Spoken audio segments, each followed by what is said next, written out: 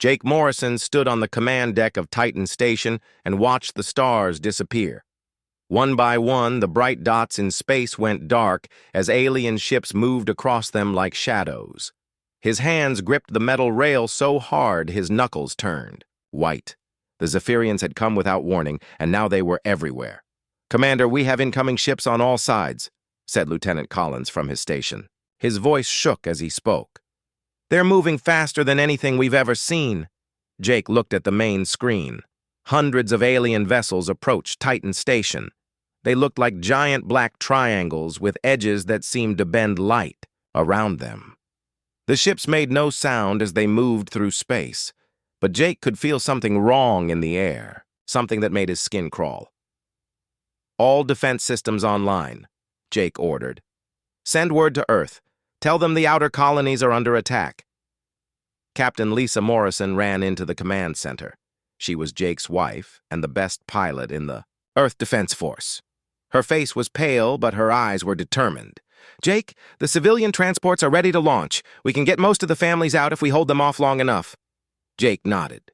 "Do it. Get them out of here." The first wave of alien fire hit Titan Station like nothing Jake had ever seen. The energy beams cut through their shields as if they were made of paper. The station shook so hard that people fell to the floor. Lights went out and came back on. Warning alarms screamed from every direction. "Return fire!" Jake shouted over the noise. Their weapons hit the alien ships but did almost nothing. The energy just seemed to bounce off or disappear into the dark hulls. Jake watched in horror as one of their best destroyers exploded in a ball of fire. Then another. Then 3 more at once. "Sir, Mars base is not responding," reported Collins. "Neither are the lunar colonies." Jake felt his heart sink. If Mars and the Moon were already gone, then Earth itself was in terrible danger. He had to buy more time for the civilians to escape. "Lisa, take your squadron and escort the transports," he said. "Get them as far away as possible." "I'm not leaving you," she replied. "That's an order, Captain."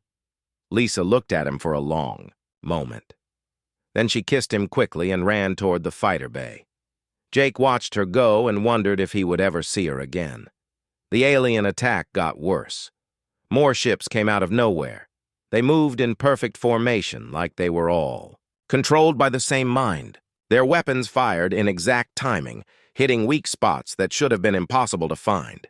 It was like fighting an enemy that could read their thoughts. "Commander, the outer ring is breached," someone called out.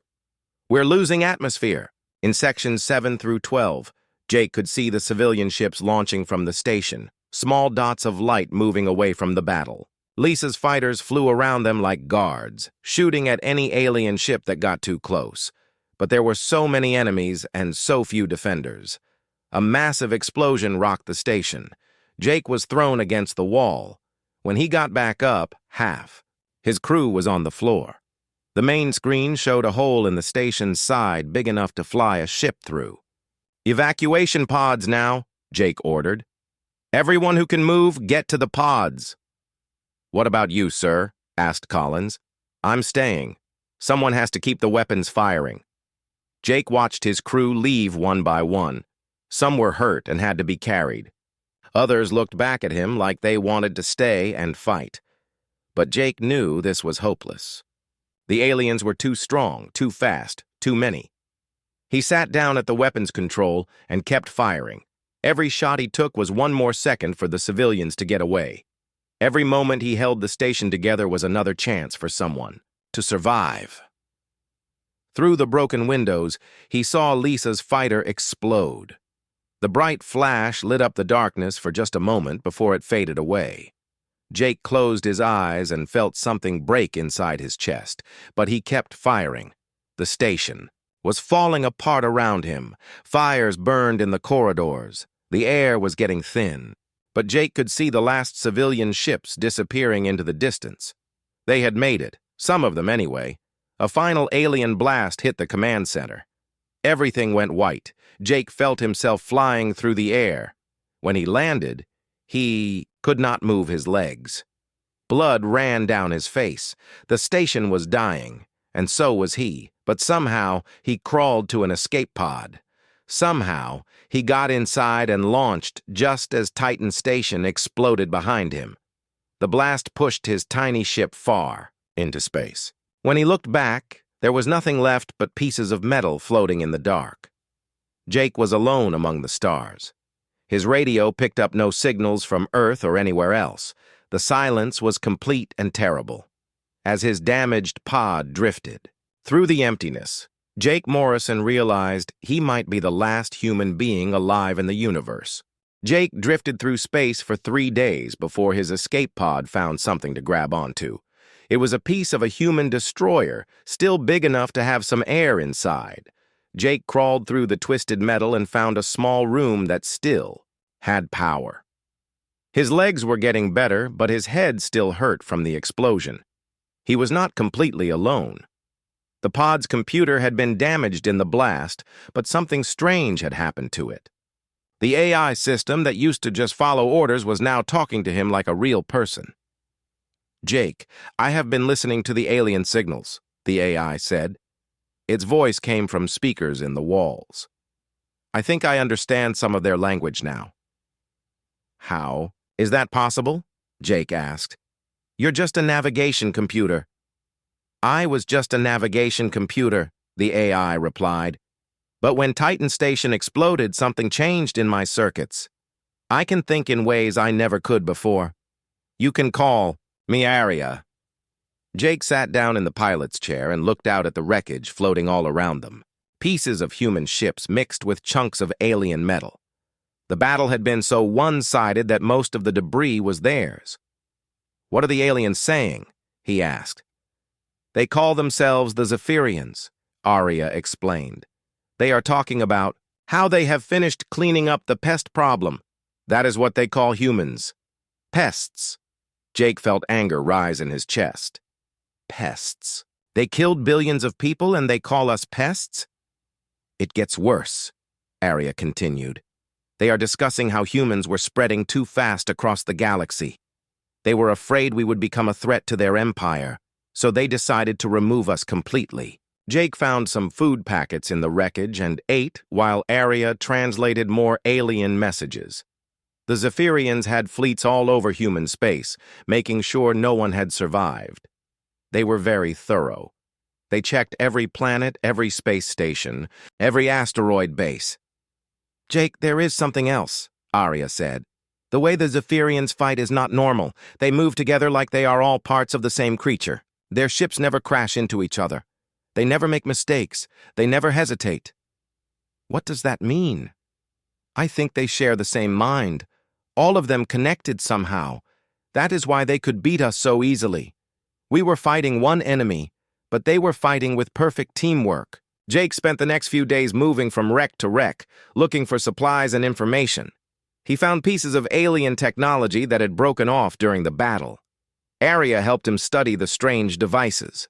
"Look at this," Aria said as Jake examined a chunk of alien metal. "See how it bends light around itself? And feel how warm it is even though we are in the cold of space. This is not just technology. It is something between a machine and a living thing. The alien devices had no buttons or screens. Instead, they seemed to respond to thoughts and feelings. When Jake concentrated on one piece, it began to glow. When he stopped thinking about it, the glow faded away. They control their ships with their minds, Jake realized. That is why they are so fast and coordinated. "Yes, but there is more," Aria said. "I have been analyzing their communication signals. They do not send messages like we do.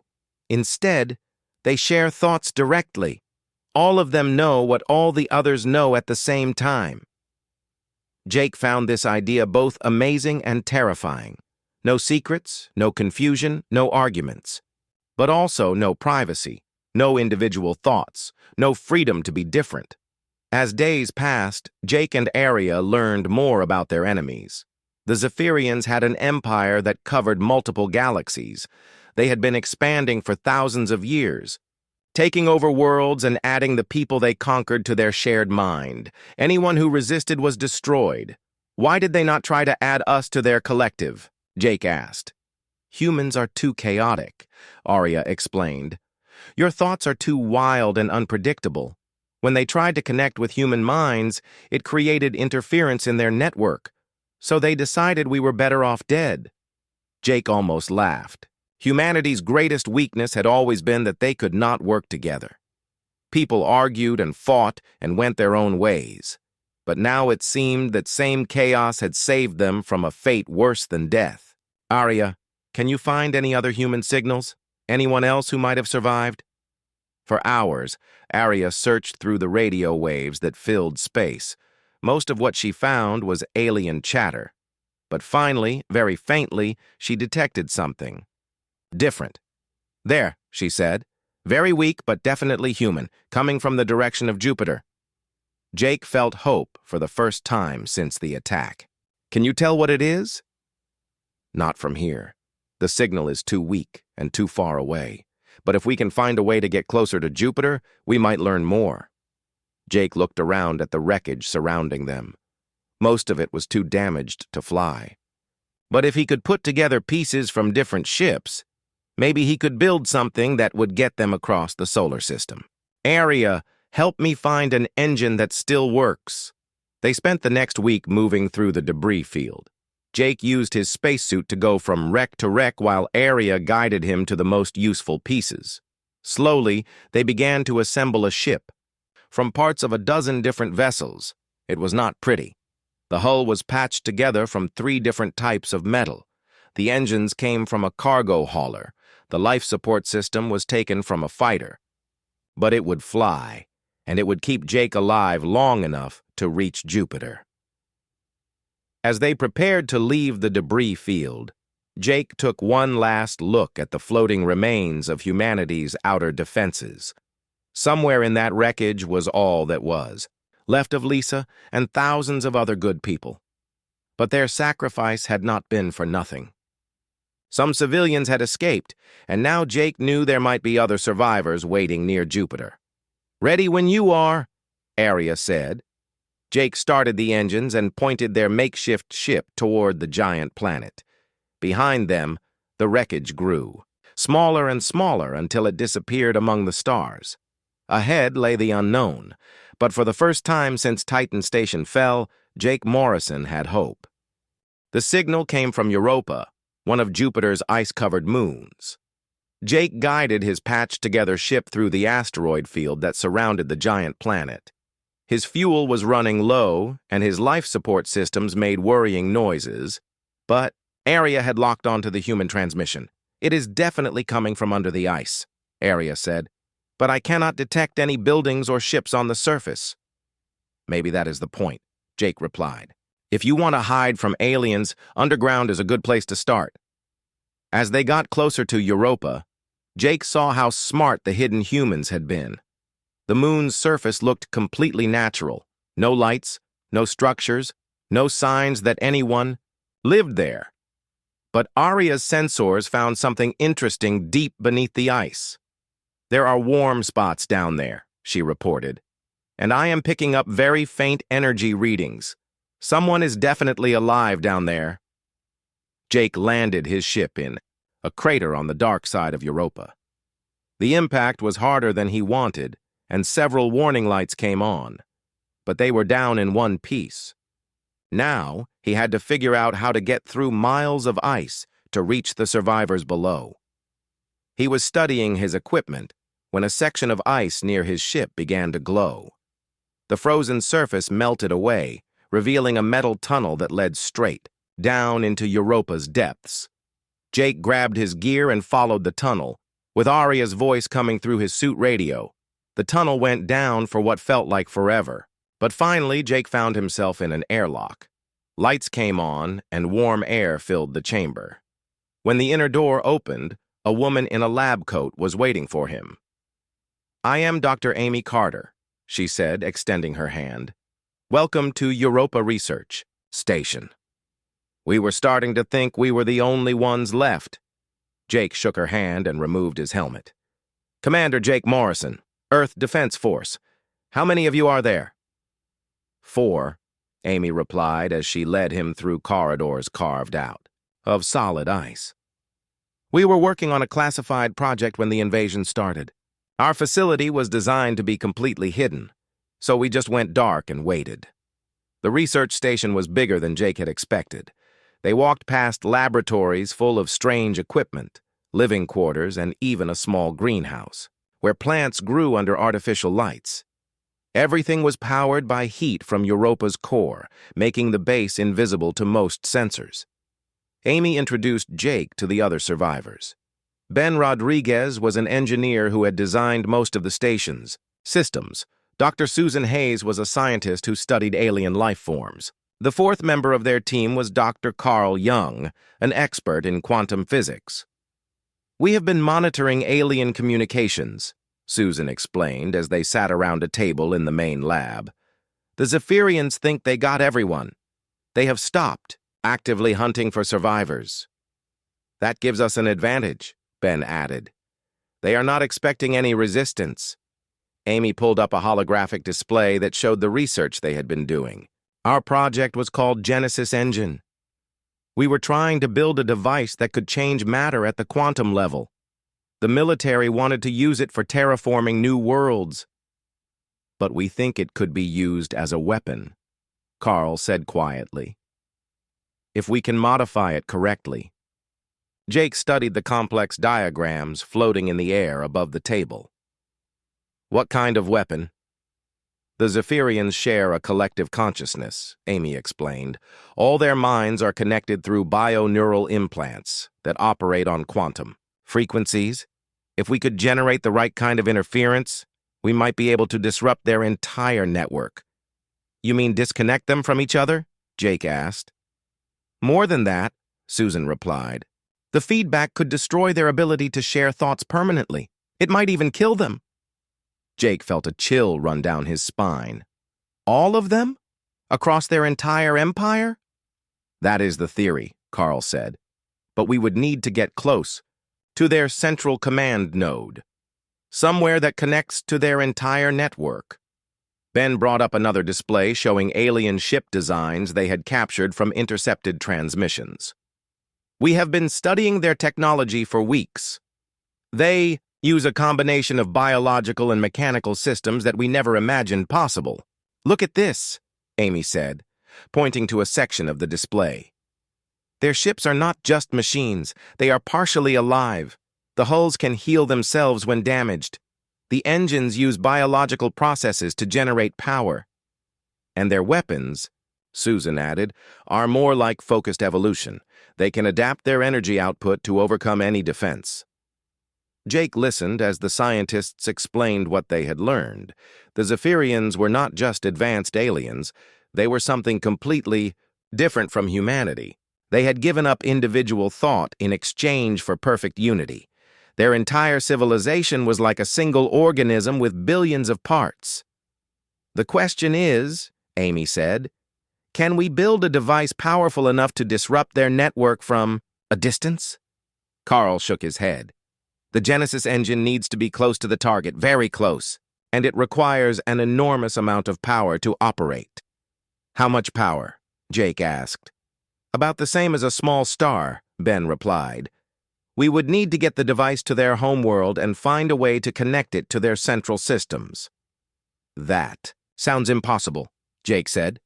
"Maybe not," Amy replied. "We have been working on modifications to the Genesis engine. If we can combine it with captured Zephyrian technology, we might be able to create something that works." She led Jake to another lab where a large device sat in the center of the room. It looked like a metal sphere surrounded by complex machinery. Energy fields danced around its surface, creating patterns that hurt to look at directly. "This is our prototype," Amy explained. "It can manipulate quantum fields in a small area, but to affect an entire planet, we would need to scale it up by a factor of millions. And we would need a way to get it there," Ben added. "The Zephyrians control all the space routes to their territory." Jake walked around the Genesis engine, studying its design. "What if we used their own technology against them? You said their ships are partly biological. Could we make them think our ship is one of theirs?" Susan's eyes lit up. "That might work. If we could build a hybrid vessel using both human and Zephyrian components, we might be able to fool their sensors. But first, we need more alien technology, Carl said. What we have captured so far is not enough. Jake smiled for the first time in weeks. I know where we can get more. There is a debris field near Titan Station full of wrecked Zephyrian ships. Some of them might still be partially intact. Amy nodded slowly. It would be incredibly dangerous, but if we could recover enough alien components, we might actually have a chance. How long would it take to modify the Genesis engine? Jake asked. Months, Amy replied. Maybe longer, and we would only get one chance. If we fail, the Zephyrians will know there are still humans alive. Jake looked around at the four scientists who had become humanity's last hope. They were not soldiers or warriors, but they had something the aliens did not understand. They had individual creativity, the ability to think of solutions that no collective mind would ever consider. Then we better get started, he said. For 6 months, Jake and the scientists worked in the hidden base beneath Europa's ice. They made 3 dangerous trips back to the Titan Station debris field, each time bringing back pieces of destroyed Zephyrian ships. Arya helped them understand how the alien technology worked, but progress was slow and frustrating. The problem is that their systems are alive, Amy explained as she worked on a piece of alien hull material. When we cut into them, they try to heal themselves. When we connect them to our equipment, they reject the connections. Ben had been trying to reverse engineer a Zephyrian engine for weeks. It is like trying to perform surgery on a patient that fights back. Every time I think I understand how it works, it changes. But slowly, they began to make breakthroughs. Susan discovered that the alien bioneural networks could be tricked into accepting human commands if the signals were disguised properly. Carl found ways to tap into the quantum fields that powered Zephyrian weapons. Look at this, Susan said, one day, holding up a small device that pulsed with blue light. I connected a piece of their neural network to our computers. Arya can talk to it directly now. Arya's voice came from the speakers with excitement that sounded almost human. The alien systems think I am part of their collective. I can access their databases and communication networks without them knowing. This breakthrough changed everything. Through the captured alien systems, they learned the true size of the Zephyrian Empire. It stretched across multiple galaxies with billions of worlds under their control. Every planet they conquered was stripped of resources and converted to serve the collective. They have been expanding for over 10,000 years, Arya reported. Any species that resists is destroyed. Any species that submits has their individuality removed and their minds added to the collective. But the most important discovery was the location of Zephyr Prime, the homeworld that controlled the entire empire. It was not just a planet, but a massive biomechanical construct the size of a small moon. Billions of Zephyrians lived there. In perfect unity, their minds connected to the master node that coordinated their entire civilization. If we can disrupt the master node, Amy said, it should cause a cascade failure throughout their entire network. Jake studied the information Arya had gathered about Zephyr Prime. The planet was protected by defenses that made Earth's military look like children playing with toys. Energy shields that could stop entire fleets. Weapons that could destroy ships from light years away. And most dangerous of all, the collective consciousness that would detect any threat long before it arrived. How do we get past all that? Jake asked. We don't fight it, Carl replied. We become invisible to it. He showed Jake the plans they had been working on. Using captured Zephyrian technology, they were building a new ship that would be part human and part alien. The hull would be made from living alien metal that would heal itself and adapt to threats.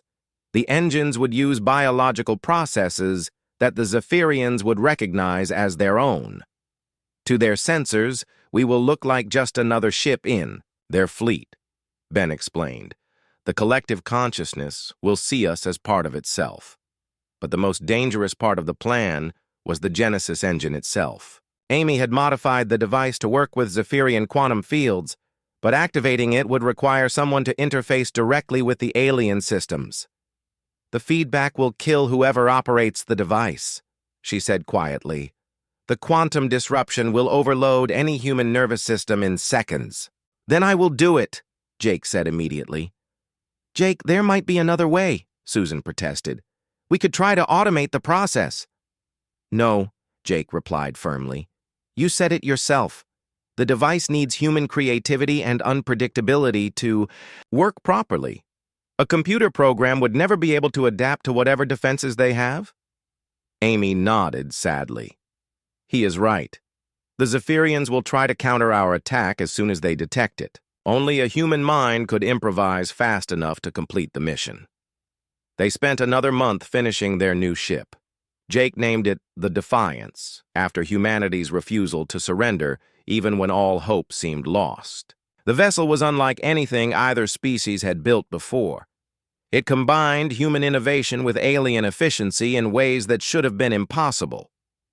"The phase drive will let us travel between dimensions," Ben explained as he showed Jake the alien propulsion systems. "We can cross most of the galaxy in just a few weeks. And the bio-neural camouflage will make us invisible to their collective consciousness," Susan added. "As long as we do not do anything too human, they will never suspect we exist." Aria had been integrated into the ship's systems, giving her access to both human and alien databases. "I have found the best route to Zephyr Prime," she reported. "We will need to pass through 17 different star systems under Zephyrian control. If we are detected in any of them, the entire mission fails." As they prepared for launch, Jake thought about everything humanity had lost. Earth was gone. The colonies were destroyed.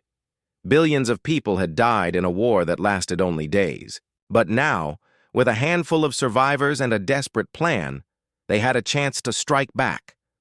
"Are you sure about this?" Amy asked as they loaded the Genesis engine into the Defiance. "Once we leave Europa, there is no coming back." "I am sure," Jake replied. "Even if we fail, at least we tried. That is what makes us human." The Defiance lifted off from Europa's surface using silent alien engines that left no trace. As they headed toward the edge of the solar system, Jake took one last look at the planets where humanity had lived and dreamed for thousands of years. "Aria, set course for Zephyr Prime," he ordered. "Course laid in," she replied. "Jake, I want you to know something. Working with you and the others has taught me what it means to be alive. Whatever happens, I am proud to be part of this mission." The ship engaged its phase drive and disappeared from normal space. Behind them, the solar system shrank to a point of light and then vanished completely. Ahead lay the heart of the Zephyrian Empire and the most dangerous journey any human had ever attempted. But Jake Morrison was no longer just a survivor. He was humanity's final hope, carrying with him the dreams and memories of an entire species.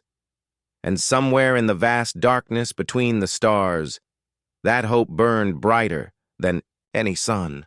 The journey to Zephyr Prime took the Defiance through regions of space that no human had ever seen.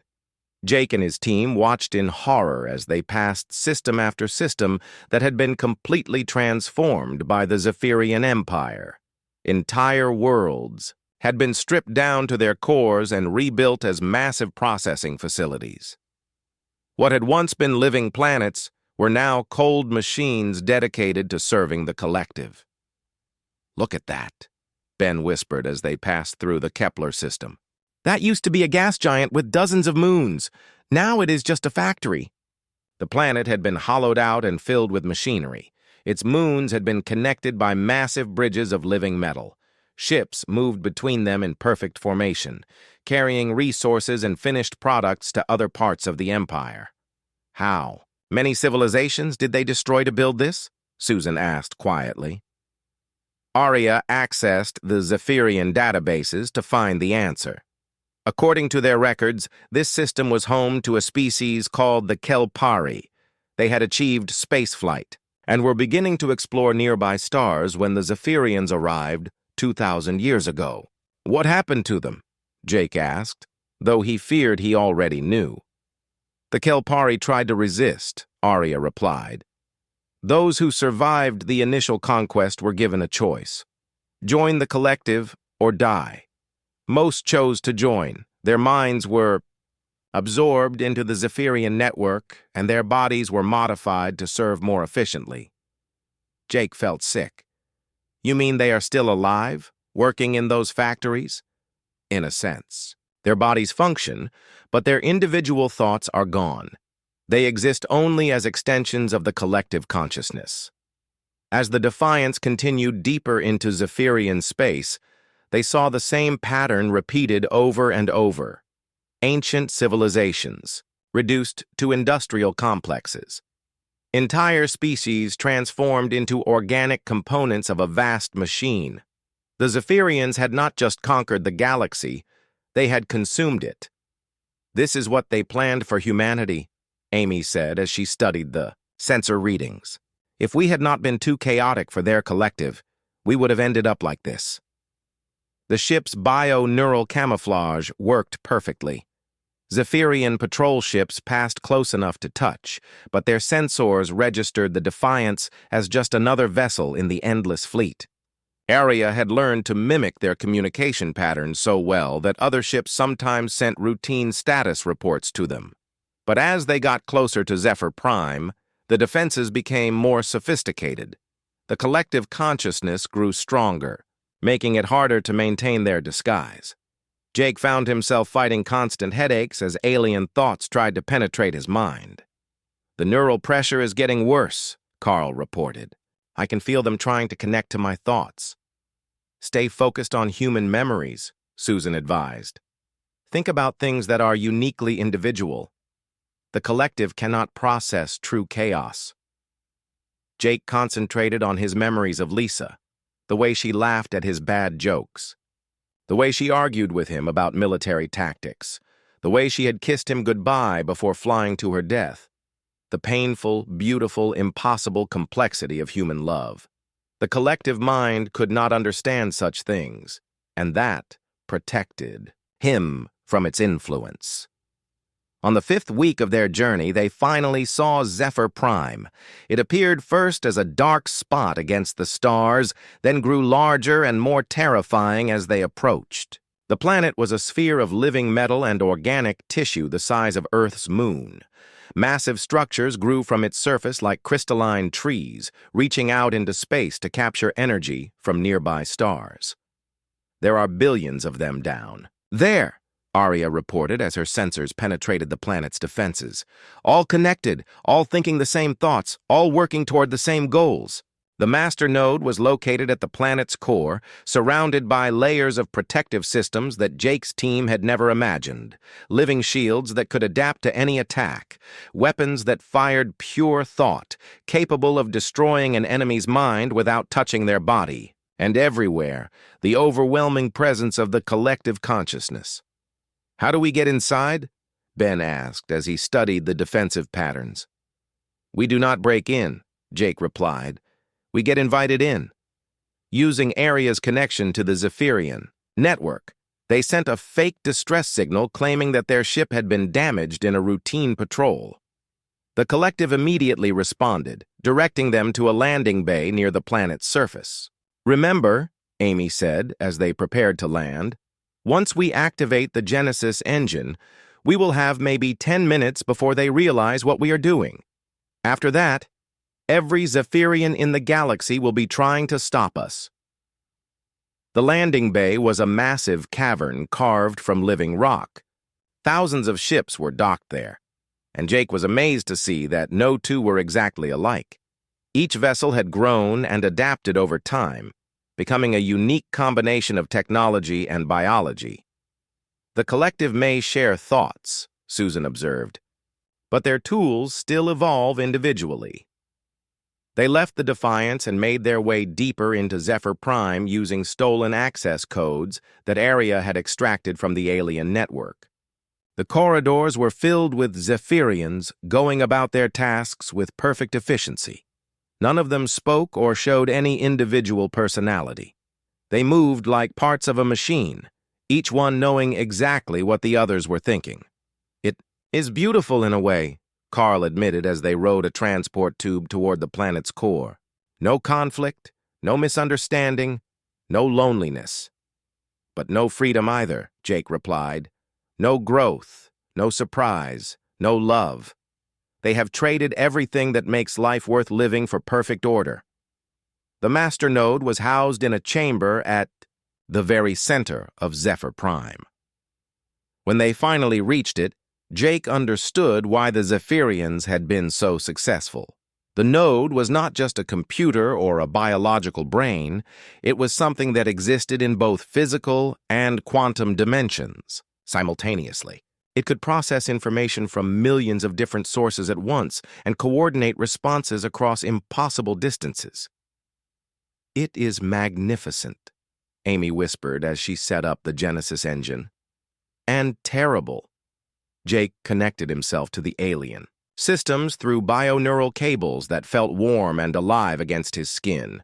Immediately, he was flooded with the thoughts and experiences of billions of minds. For a moment, he understood what the collective consciousness was like.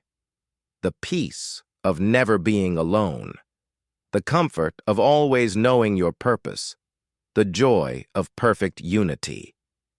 But then he remembered Lisa's laugh, and the alien thoughts recoiled from the chaos of human emotion. "Now," he said, and activated the Genesis engine. The quantum disruption spread outward from Zephyr Prime like ripples on a pond. Across the galaxy, the bioneural networks that connected the collective consciousness began to overload. Ships stopped in the middle of their journeys as their crews suddenly found themselves alone in their own minds for the first time in their lives.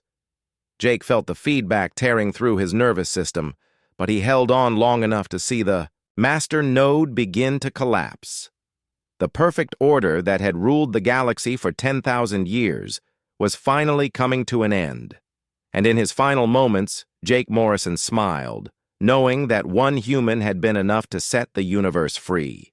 The quantum disruption hit the master node like a tidal wave of chaos.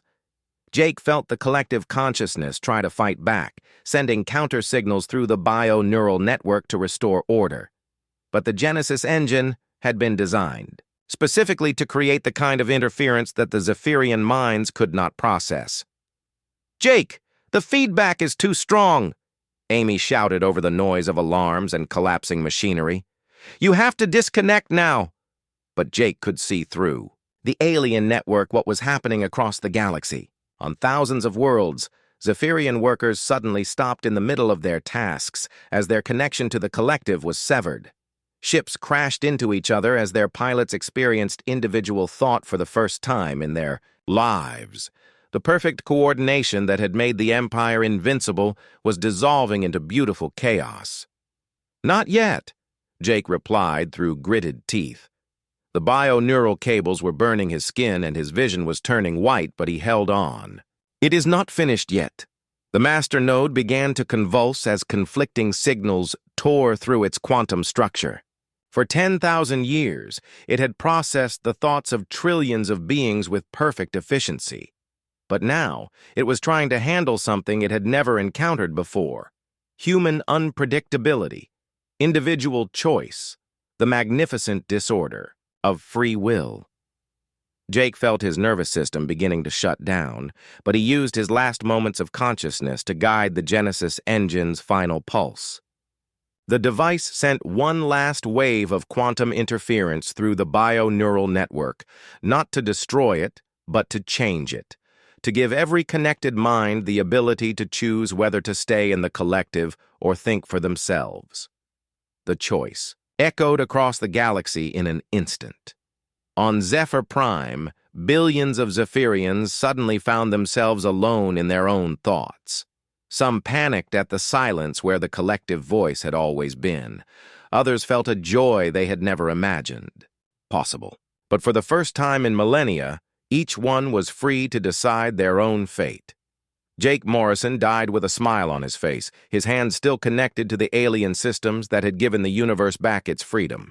The feedback from the Genesis engine stopped his heart, but his final thought was of Lisa and the sacrifice she had made at Titan Station.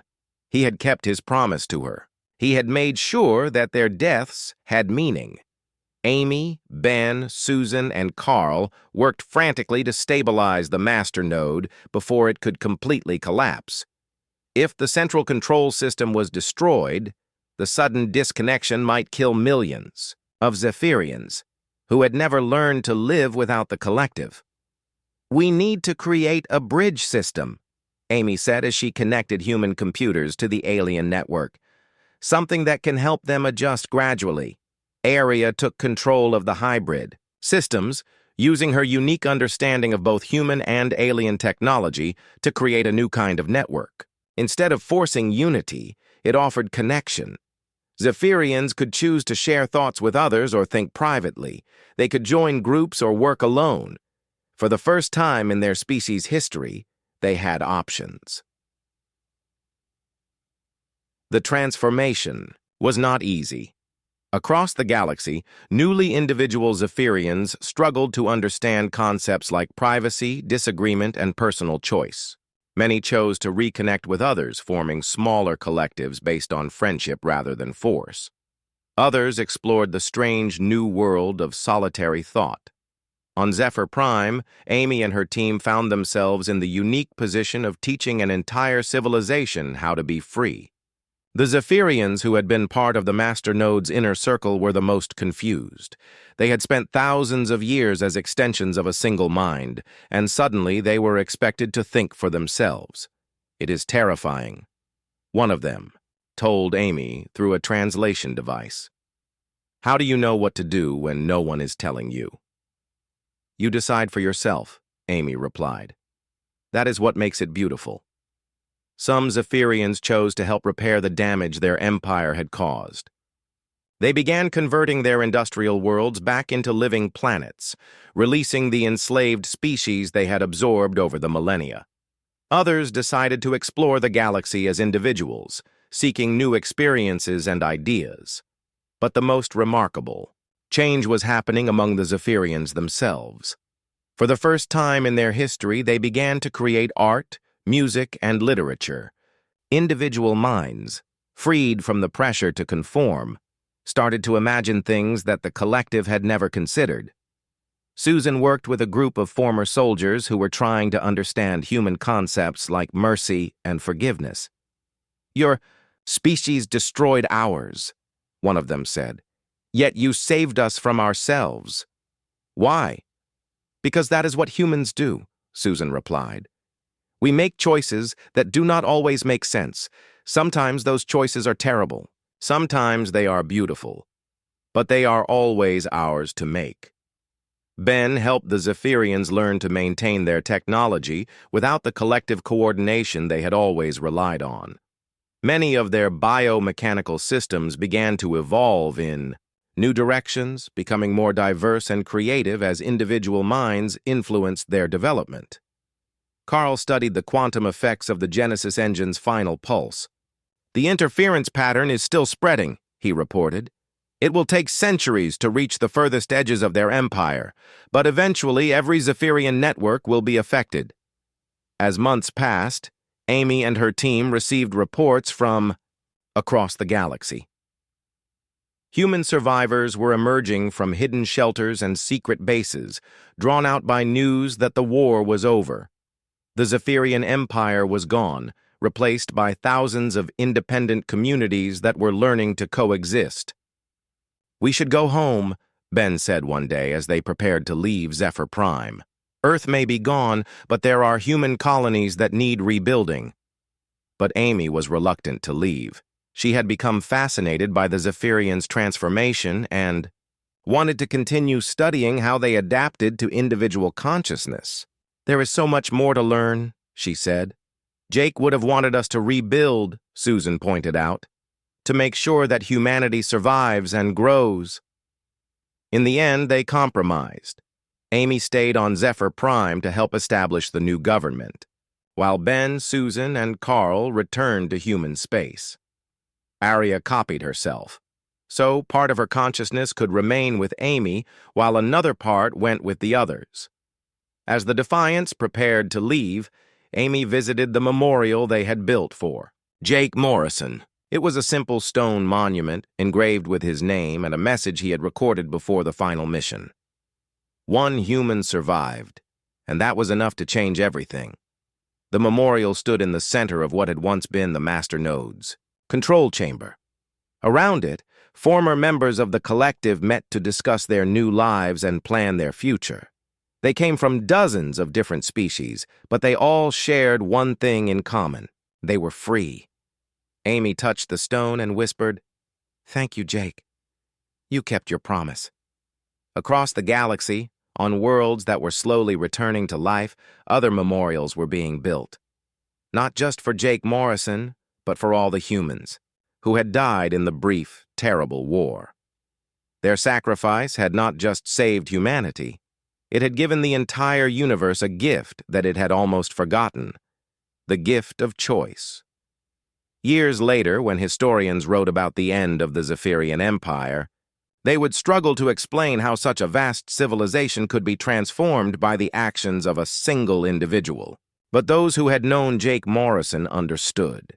He had carried within himself everything that made humanity special: the stubborn refusal to surrender, the willingness to sacrifice everything for others, the beautiful, chaotic, impossible dream that every thinking being deserved to be free. One human had survived the extinction of his species, and that had been enough to set the universe free.